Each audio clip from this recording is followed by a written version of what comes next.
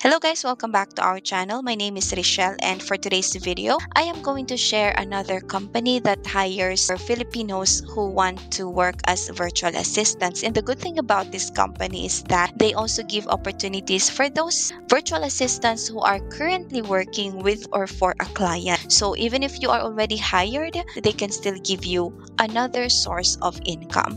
They just have to make sure that the transition from your current job to the new job or the new opportunity that they're going to give you is smooth, para naman hindi siya magka-conflict or hindi magkaroon ng problema in the future and dun sa current client mo, para lang hindi maapektuhan yung job na ibibigay nila sa'yo or hindi maapektuhan yung performance mo with the client that they're going to give you. So again, this is an agency. They will help you look for a client. They will match you with a client. First, let's check kung ano nga ba yung company.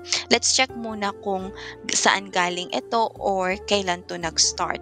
So the name of the company, by the way, is Virtual Coworker, and this was founded in 2011. It's a virtual assistant agency that hires Filipino talents. Yung mga clients nila from this company are from different countries. So hindi lang siya iisang country yung kinikater nila, but you will be working with different clients from different countries. So expect that you will be working with different nationalities. So that's the name of the company, Virtual Coworker. And again, it was founded in 2011, so more than 10 years na siya. And if you look at the website, makikita mo din doon kung sino yung founder.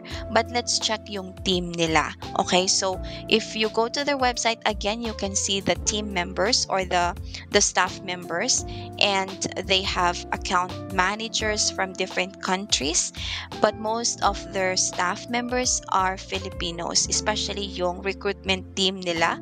Most of them are Filipinos. So you can check or you can read more information about them.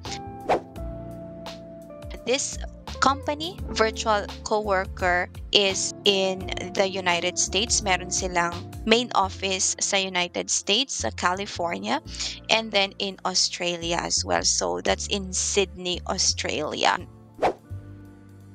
Ito yung mga ino-offer nila na positions. They have virtual assistants, executive assistants, customer service specialists, technical support specialists, recruitment assistants, lead generation specialists, social media managers, content writers, graphic designers, digital marketing managers, web developers, and then WordPress developers. So you can look for many opportunities or different kinds of available positions in this company. Tapos, if you will search, para mas mapadali yung search mo, if you click on search jobs, makikita mo dito yung different opportunities na ino-offer nila or different positions na ino-offer nila. You can actually have filters on the left side para mas mapadali yung search mo. You can filter. You can just type kung ano yung gusto mong i-search dito sa search box, and then the location as well. You can read one by one kung ano yung mga qualifications nila. Let's have an example. So I clicked yung digital marketing manager for a law firm in Australia, home-based part-time, sabi niya dito. It was posted on November 25, 2024. So it's still open, and then you can see there the client information, the job description, and then it says here must-haves. So meron silang mga qualifications din naman na ilalagay. You can search one by one if that specific position needs experience. Diba? So, kailangan lang natin na i-check sila, and then ilalagay din nila yung mga requirements. So, very detailed naman yung mga requirements nila. And then, if you are interested, you just have to click I'm interested, and then you go now to the application process. Let's now go to the application process for Virtual Coworker. So number one, sabi niya dito, search jobs. So you have to browse available positions that match your skills. Submit your application online to start the process. And then number two is the assessment process. Engage in our evaluation to see if there's a mutual fit. This step ensures we match you with the right opportunity. And And then number 3 is get hired. Our expert recruitment team will review your skills and preferences to find the ideal client, and then or you'll then interview with the client to ensure a perfect match. And for number 4, start working.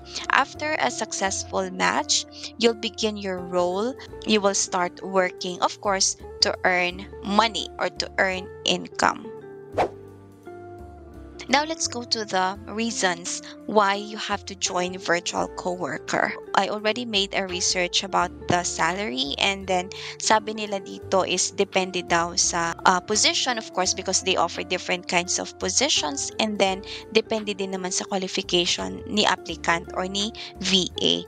So sabi niya dito, we provide opportunities for Filipino professionals to work with global clients. Our processes are designed to make your work life easy and stress-free. A contract and letter of offer is issued upon hiring to secure your position. So, maganda na meron na silang contract. Meron kang contract na isa-sign with the company to make sure na secure yung position mo. And then, sabi niya dito, we're always available to assist and help resolve any work-related matters.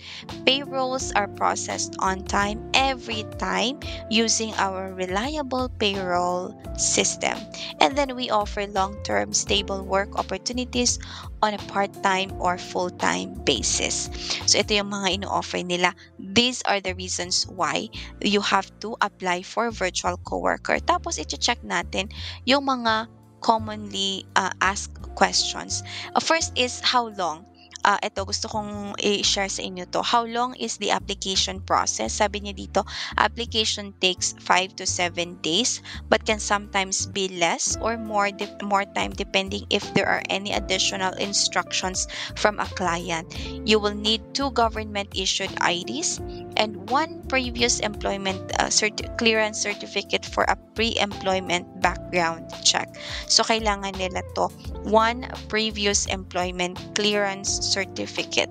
Hindi naman nila nilagay dito na kailangan na clearance mo from your previous client as a VA. Sabi lang niya dito, previous employment clearance certificate for a pre-employment background check.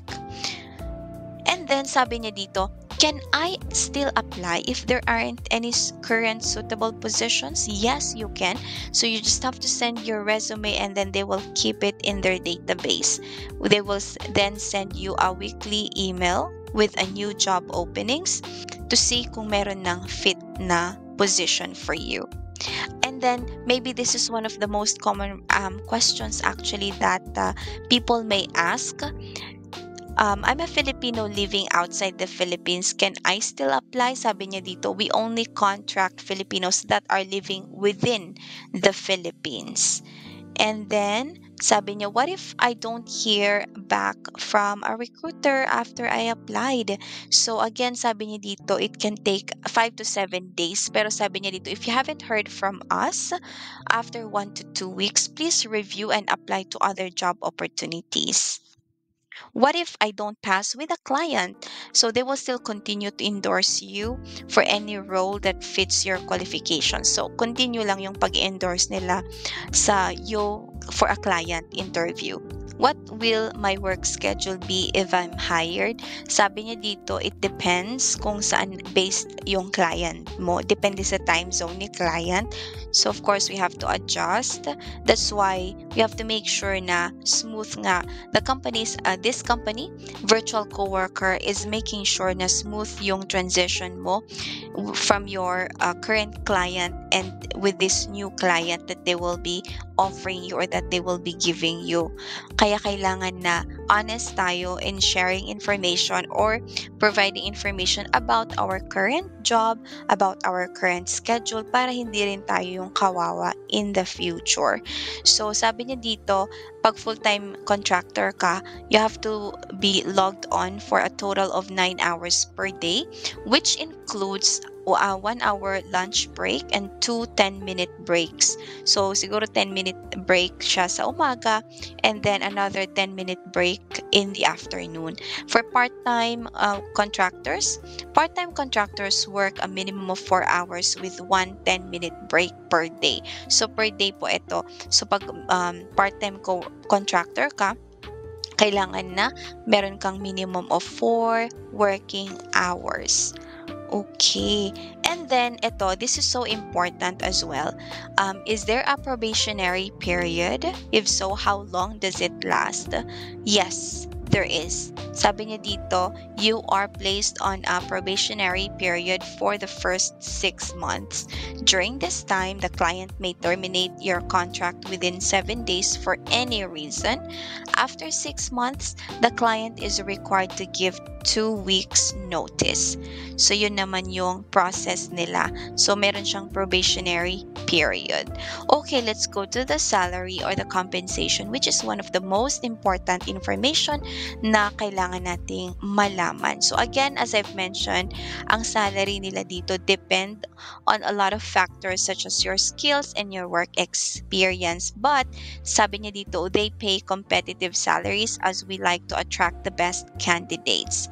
How often do I get paid? Once a month yung salary dito, between the 25th and the 30th of the month.